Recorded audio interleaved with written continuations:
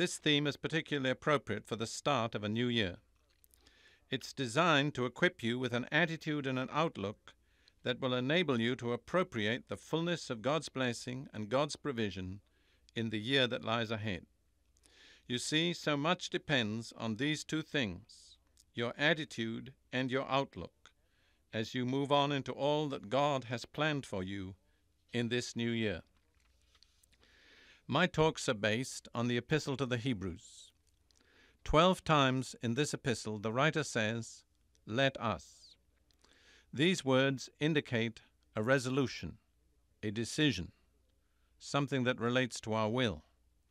But the fact that the phrase is in the plural, "let us," also indicates that it's a decision that we need to make together with our fellow believers. It indicates our interdependence with the other members of the body of Christ. Taken together, these 12 "let us" passages in Hebrews constitute 12 scriptural New Year resolutions. We'll just look briefly at the first 3 steps which we spoke about last week. Interestingly, each one of them is found in Hebrews chapter 4. The first is in verse 1.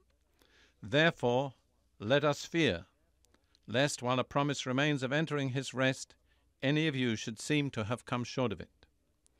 The second one is in verse 11. "Let us therefore be diligent to enter that rest, lest anyone fall through following the same example of disobedience." The third one is in verse 14. "Since then we have a great high priest, who has passed through the heavens, Jesus, the Son of God, let us hold fast our confession." Just briefly recapitulated, those are the first 3 steps to a good year. Number 1, let us fear.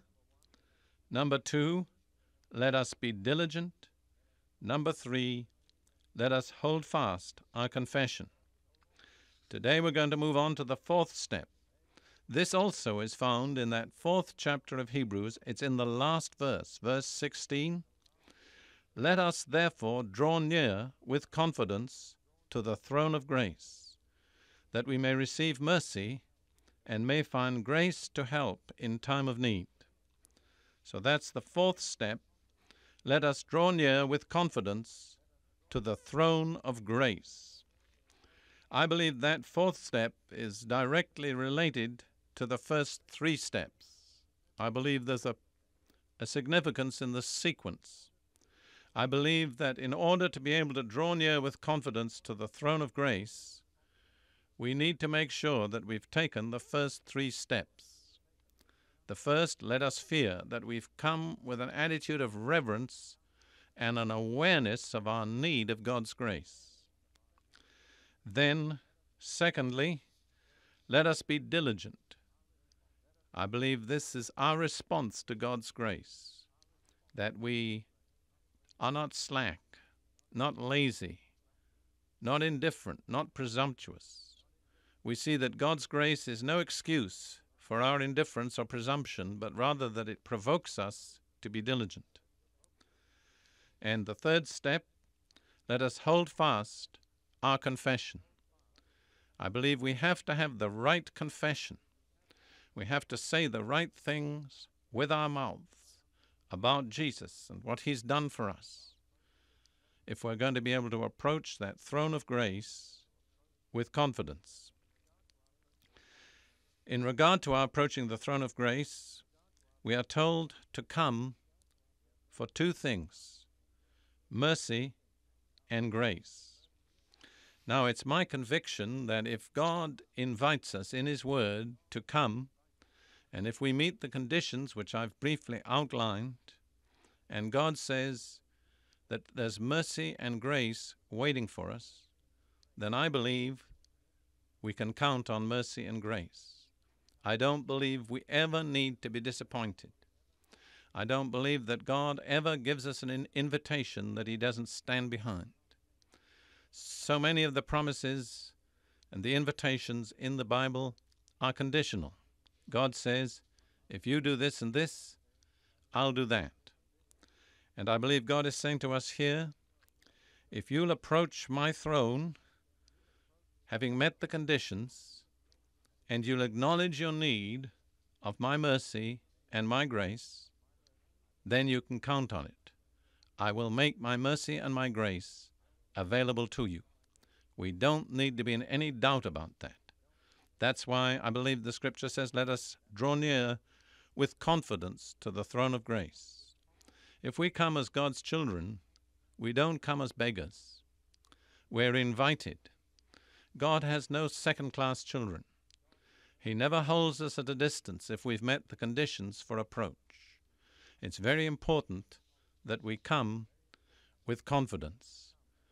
That's faith in action. It's faith that won't be denied. It's faith that takes God at His word and believes that God is as good as His word. It's faith in God's faithfulness. So that's how we are to approach the throne, with confidence. We're told to approach God's throne of grace to receive two things, mercy and grace. I believe we need to look at what's involved in each of these two things. I believe the order is significant. I believe we need, first of all, mercy and then grace. Mercy essentially relates to people who've done wrong, who cannot claim their rights, who are weak or unworthy. There's an attitude in the world today that makes everybody want to claim their rights. Everybody says, this is due to me and that is due to me, and why didn't I get that, and I ought to have this. And with that attitude prevailing, it's hard often for people to see that they need mercy.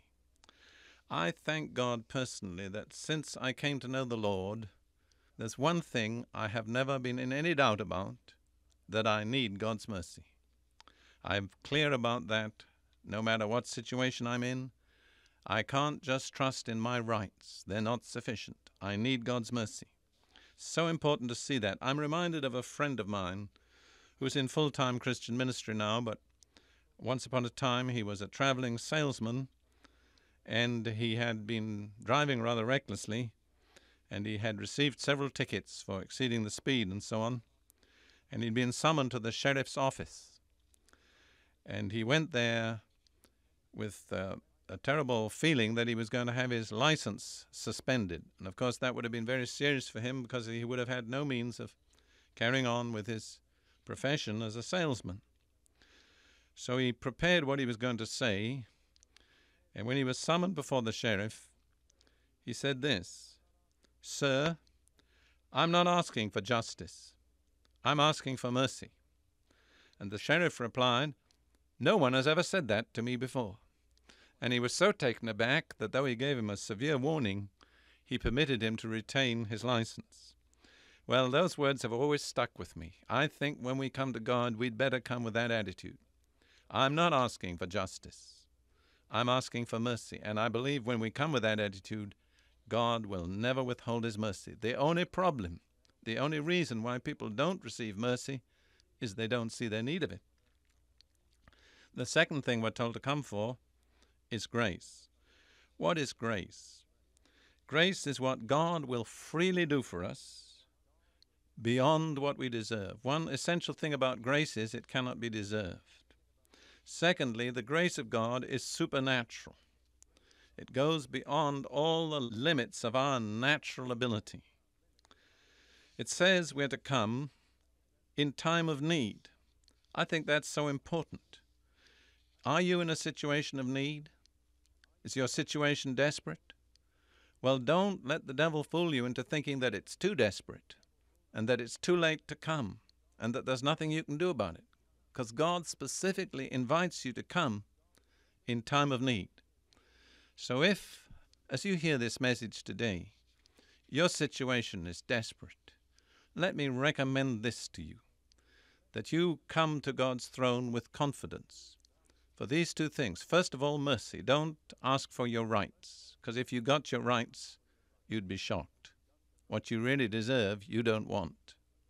Secondly, come for grace. Don't limit God to what He can do on your behalf, and don't be put off by the fact that your situation is desperate. That's just the time to come.